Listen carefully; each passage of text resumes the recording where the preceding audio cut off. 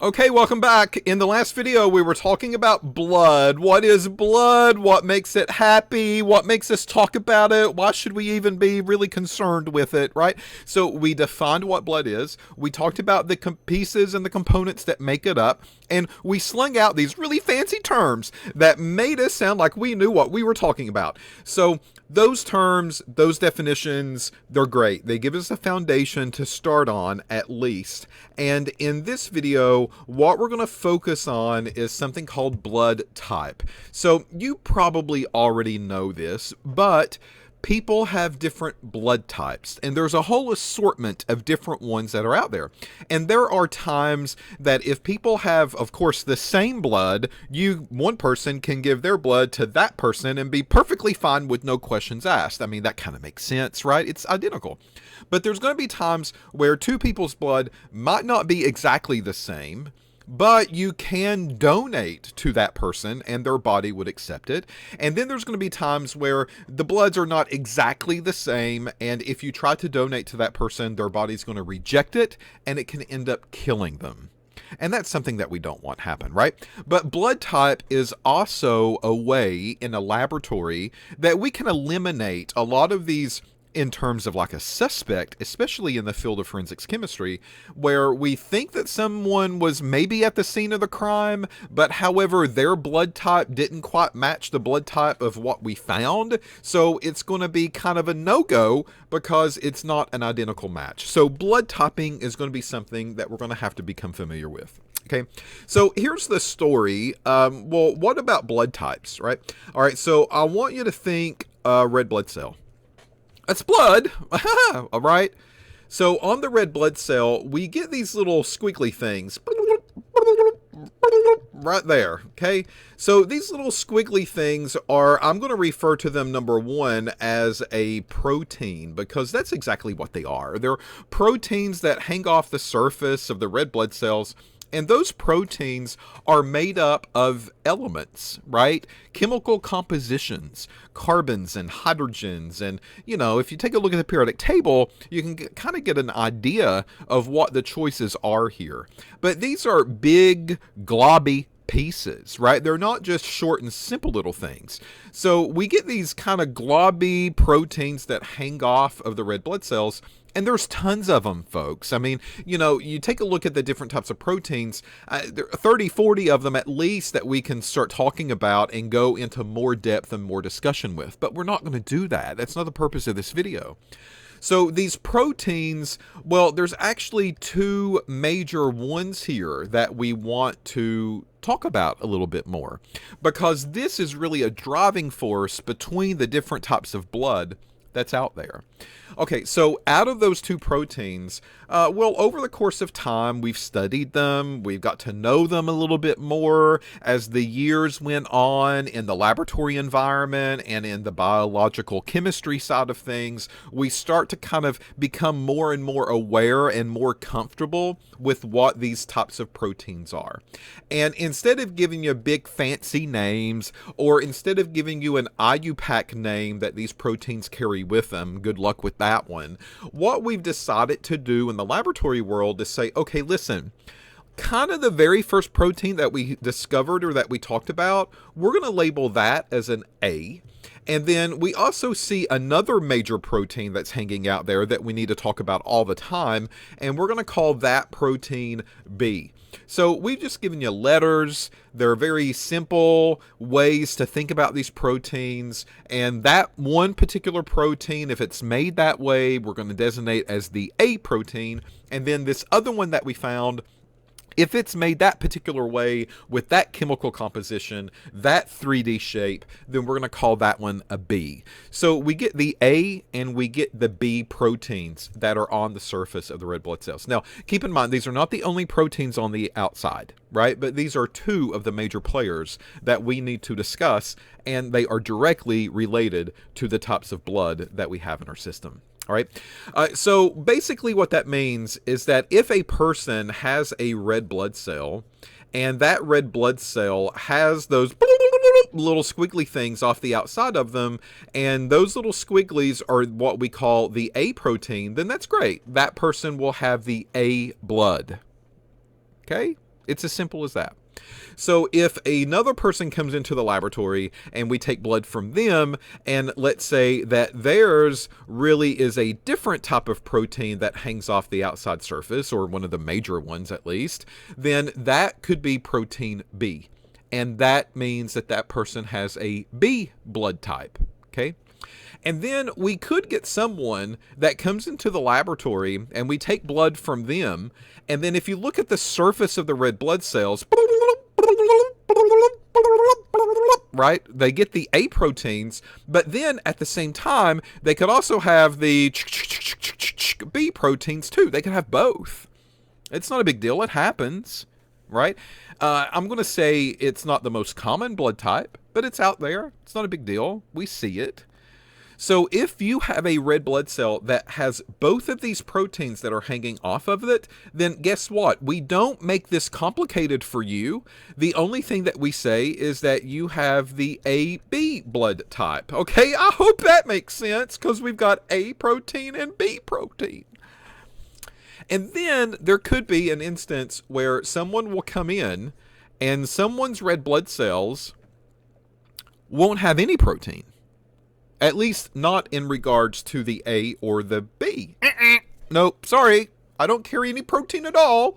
There's no A on me. There's no B on me. And when that happens, well, we say, you don't have any. Boo-hoo-hoo.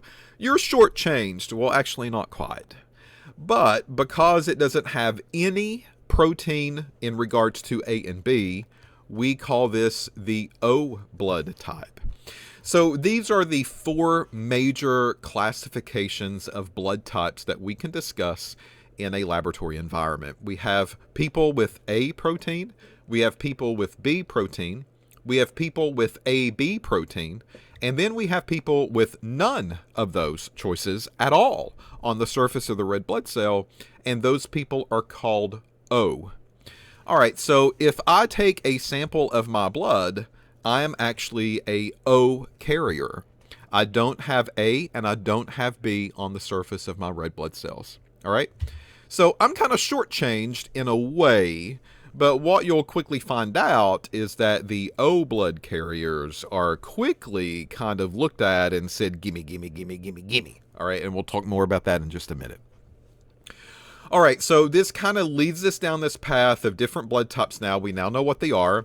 I also want to get a little fancy for you. So one, I keep calling these proteins, right? Well, there is another term that we can use here, and this other term can be called an antigen. It means the same thing. We regard it as the same thing. So for instance, A blood type has the A antigen on the surface of their cells. B blood type has the B antigen on the surface of their cells. The AB blood type has the antigens A and B on the surface of the red blood cells. And the O blood type has no antigen in terms of A or B on the surface of the red blood cell. So it is a term that is used for the same purpose. It just sounds a little smarter. It sounds more scientific, right? Antigens. Doesn't that sound a little bit sexier than protein, right? All right, so there's the term antigen. Well, if you're not very happy with that, and if you want confusion even more, well, they tend to throw in another term at the same time. And this sounds even fancier, even sexier compared to proteins and antigens, right? So this term is called agglutinogens. So A-G-G, glue, G-L-U, glutagen. So T-I-N, that's an N, O-G-E-N, agglutinogen. Again, it means the same thing. So the red blood cells have, if you have an A blood type, you have A protein, or if you want to sound smarter, you say, ooh, I've got the A antigen. And then if you want to sound even smarter than that, ooh, my blood has A agglutinogens on the surface of the cells. Okay, well, you get the picture. Three terms used interchangeably, kind of referencing the same thing on the surface of that red blood cell. So A protein, A antigens, A agglutinogens. So don't let those questions trick you up because you know they're coming, right? On the test, on the quizzes, on the assignments, you're going to start to see the interchange of these terms back and forth because that gets you very comfortable with the idea that these three are referencing the same thing, all right? Okay, so there's the terms of A, B, and O, and we're not quite finished yet. So before we go even further, what I want to do is just maybe pause for a minute, not on the video, but maybe pause with the direction that we're going into and talk about how do you get the blood type in the first place? Like, how does your body actually know what to make and what to produce? Where did it come from?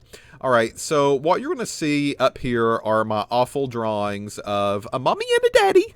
All right, so all of us have two parents, and those parents are going to come from a male and a female, and those kind of biological fathers and mothers are going to create children and offspring, and you get your genetic code from those two biological parents. So those people carry with them blood types as well, right? So we're going to have a blood type here, and I'm just going to say maybe the A, and then we're going to have a blood type here, and I'm going to say A to make this very easy in the beginning. And then they're going to make a little bitty baby, and that little baby is going to probably have a blood type of A, right? Every single time. If my mommy's A and my daddy's A, then I'm going to be A too, right? And the answer is no. It's actually a little bit more complicated than that. Because when you think about your biological parents, they've actually had biological parents as well. So they're going to get part of their genetic code from your grandpappy, and they're going to get another part of their biological code from their grandmammy.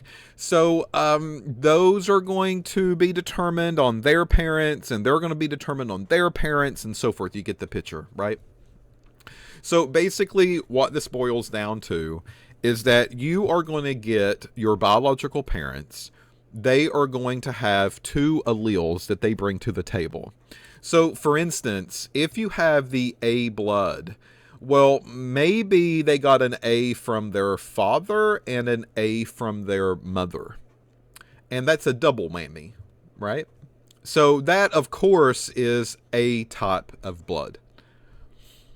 And then if you have the A blood, it doesn't have to happen this way. Your mother or your father could have had A, and maybe the other mother or father, depending on which one it comes from, maybe has the O, no protein at all on the surface of their cells.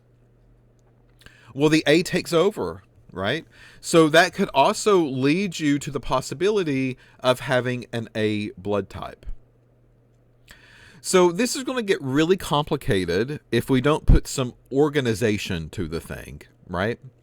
So this is what we're going to do. We're going to come over to the side and we're going to build this chart. And this chart is going to be divided up into a mother and a father. All right, so let's say that the father's on this side and the mother's up here. It doesn't really matter how you organize it. I don't care. Just one row means one parent and the columns mean another parent. So let's say that my father is an A blood type and he got that A blood type from A from his mom and A from his dad. And let's say that my mother is also an A blood type. And that mother received A from her father and A from her mother. Again, we're going to start easy. What are the possibilities of a baby between that mother and that father? Okay, well, this chart is going to help us determine that. So what we do is that we say, oh, look, we have an A from the father and an A from the mother. So that half of hers and that half of his could come together and give us a double A, which is A blood type. And then I do the same in each box, right? This is the other half of the father and that first half of the mother. If those two combine, we get another double A. And then if these combine, we get a double A. And if those combine, we get a double A. So no matter what happens here, that mother and that father will come together if they both carry the double A's in their genetic code on the surface of their red blood cells. then they will end up with a child that will be double A no matter what. And that means that child will have the A blood type. All right, well, what if, right? What if we take a look at a possibility here that the father did not get an A from both his mother and his father? What if one of those was an O? That could happen, right? So in one case, I get a parent that has the A protein, and in the other case, I get a parent that doesn't have any protein at all that gets contributed to this baby system. What would their children offspring look like? All right, well, it's not that more complicated, right? That first half and that first half still come together to make a double A. The baby's an A blood. That first half and that second half from the mother come together to give us the double A still, and that still gives us A blood for the baby. But here's where things begin to change up a little bit, right? So the father gives us an O in each of these cases. So I'm just going to go and I'm going to fill that in with an O and an A from the first half of the mama, and then an O and an A from the second half of the mama. Well, if there's a letter there, it somewhat overrides this possibility that we get no protein at all on the surface. Well, no, there actually is protein now on the surface, right? So if A is there, it becomes a little bit more dominant, and the AO or OA will also probably give us a baby that has the A blood type.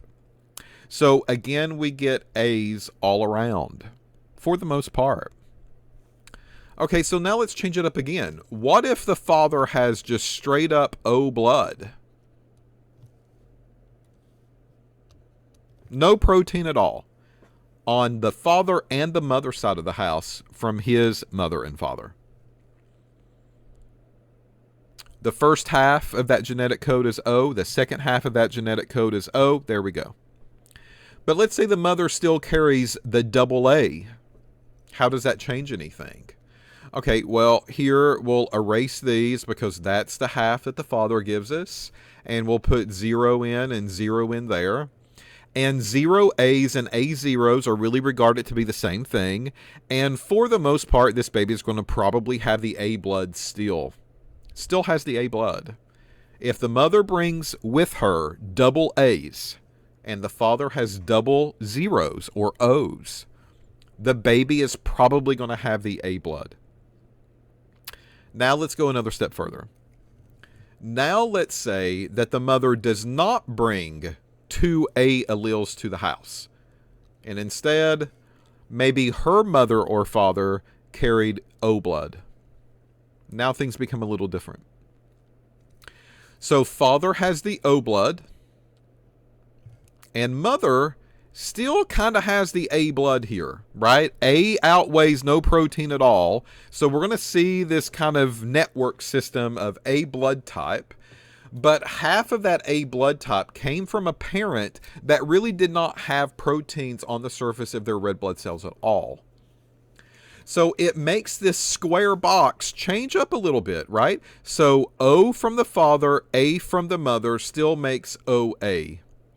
O from the father, but the mother also has an O characteristic that she's bringing to the table here from one of her parents.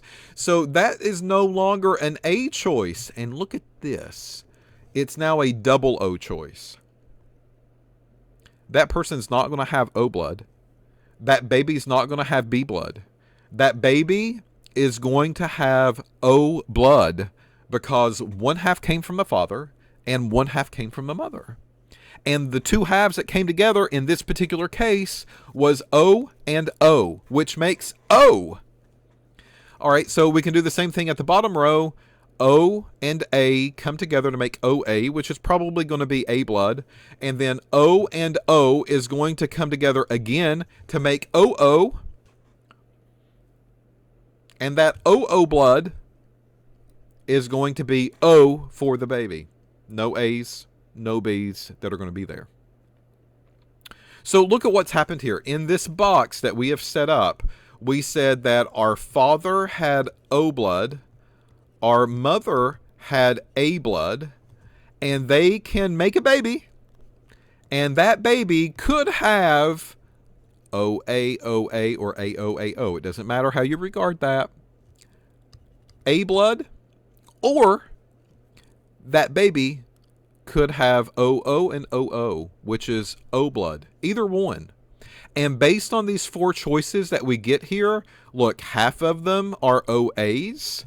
So maybe 50% chance with an A blood type. And the baby could also have a 50% chance of getting the O type. Either one, flip of a coin. Well, this box, folks, works for the majority of the blood types that are out there. And you're going to see those questions on homework and assignments and quizzes and tests that you're going to get from us, right? So I can do the same thing, and let's say, well, you know, my father's got AB blood. Let's just pretend like that's a scenario here. And then let's say that my mother has B blood. And B comes from one side, but the O trait comes from the other side. So if a father has AB and a mother has just B, what kind of choices would their children have when they're born? What kind of blood types could we maybe suspect for them to have? Well, you just do the cross grid, just like we did before. So father has A and the mother has B. An AB baby can be born. The father has A and the mother has O. An A baby can be formed. The father has a B, the mother has a B. That's a double B. A B blood can be formed. And then here the father has a B and the mother has an O. So yet again, B blood can be formed. So if the father has AB blood and the mother, let's say in this example, has B blood, what kind of babies can they make? That grid is going to tell you what your choices are. You could have a baby that carries both traits like the father. You could have a baby that carries just the A piece. You could have a baby that carries just the B piece. And then you could also have a baby that carries just the B piece again. So you get actually two choices of Bs here. Remember, BB is B blood and BO is mainly going to be B blood almost every single time. So we get a 50% chance of getting B blood, and then we get 25% chance of getting A and a 25% chance of getting AB. All right. So that is how your parents determine what your blood type is going to be. It really determines what their genetic code is bringing to the table. And again, their code is based on their mother and their father, and they're going to have half of their trait from their mother, half of their trait from their father, which gives us this two-coded system that we can build these boxes around. So I think what will help this discussion and this concept a little bit better is if you visit the Red Cross website, because they have a whole web page that is designated toward blood typing. And this is what you're going to see on the redcrossblood.org's website. On their website, you'll see the link. It'll say blood, more information, click here, whatever the case is. And then this kind of description or this image is going to show up on your computer screen. And I think it gives you a very good example of what happens here. So parent 1 and parent 2, if both of them have A blood, then what can happen here with a baby is that the baby can have A, of course, that makes sense, but a baby can also have the O type blood as well, depending on what kind of A the mother and the father have. So for instance, does this parent have the double A version, or does this parent have the O version? A and O and A and O example of that, right? So you can kind of click up here. Well, okay, well, what if the father has B and the mother has A? All right, well, okay, you can have the O, the A, the B, or the AB, depending on what two traits they bring to the table. So if this person has AB and this person has AB, what do you get? Well, you could have a baby that will be an A, a B, or an AB, depending on what those choices are. So I think it's a very quick reference chart for you just to make sure that you're making these decisions the right way. And then down below, for those that don't like that image, they give you a nice summary table. So, for instance, they say, all right, well, here's parent 1 and here's parent 2. So here's the AB blood, AB blood, AB blood, AB blood. Here's a B carrier, an A carrier, an O carrier, and so forth. And then here's parent number 2. What do they bring to the table? So if an AB and an AB make a baby, then you can have AB, of course. But based on that grid that we did, you can also have B that shows up, and you can also have A that shows up. You don't have to be AB only. The same thing happens with the A and the B. So based on the grid, if you do what we told you, kind of, well, okay, well, let's say we're double A's or double B's or AO or BO. Well, depending on what they bring to the table, what could the baby be? What are your possible choices? Well, you could have the A version, you could have the B version, you could have the AB coupling version, or you could have a version that just doesn't have anything at all. And again, the grid will help you make that decision. So 2 different ways here on this website to take a look at blood typing and how the baby's blood type comes from the parents and how those make those types of decisions. Because quite honestly, you know, if you take a look and say, hey, you've got A and you've got A, well, A is the baby. And then you bring in this, well, no, actually you could have O as well, no protein at all. Some people might get really confused with that, but now you know, because each one of those blood types are made up of really 2 traits there. All right. So that's kind of be the red blood, or redcrossblood.org website. There's more information on this website as well. But before I show you that, there's another description that I need to make here. And this is going beyond the red blood cell. All right. So let's say that you've got a red blood cell, and then off the surface of this red blood cell, you've got the A protein that's here. All right. So you've got this A protein that hangs off, or you got the A antigen that hangs off, or you got the A agglutinogen that hangs off. Well, let's say that your system is built for A. That is what we're after. And let's say another red blood cell moseys into your body. And that red blood cell says, hey, what's up, folks? And that red blood cell has a B protein on the outside. Your body looks at this red blood cell, and your body goes, it goes on red alert, because it sees this thing as an invader. Right? This is something that is in your body that is not supposed to be there. So your body maybe is made for A blood. That A blood has a grand old time swimming around in your system from head to toe every single day, all the time. And then it sees this little invader that comes in. And that invader is a B blood cell. And it says, oh, hold up, folks. You're not coming in here. You're not allowed. Only A blood is up in this cool party. So it tries to kill it. It sees it as an invader. Just like a virus or some type of bacteria, your body knows it's not supposed to be there. So because it tries to kill it out, it makes it kind of globby. That's what I want you to think of. But the problem here is that a little bit might be okay. But if you try to give a blood transfusion to someone or donate blood to someone and the blood types don't get along with each other, then that globby turns into a problem. And that globby piece makes huge blood clots that can start jabbing up your system, clogging up your system, sticking left and right, and before you know it, your blood turns into a jelly-like fluid. That's the problem with blood transfusions. We have to make sure that the receiver is getting an appropriate type of blood, so that way this reaction does not happen. We don't want your body to go on the alert because it sees something that it thinks is an invader. All right, well, I think what would make sense here, it's pretty common sense, actually, right? So let's say that we bring in a red blood cell, And that red blood cell carries with it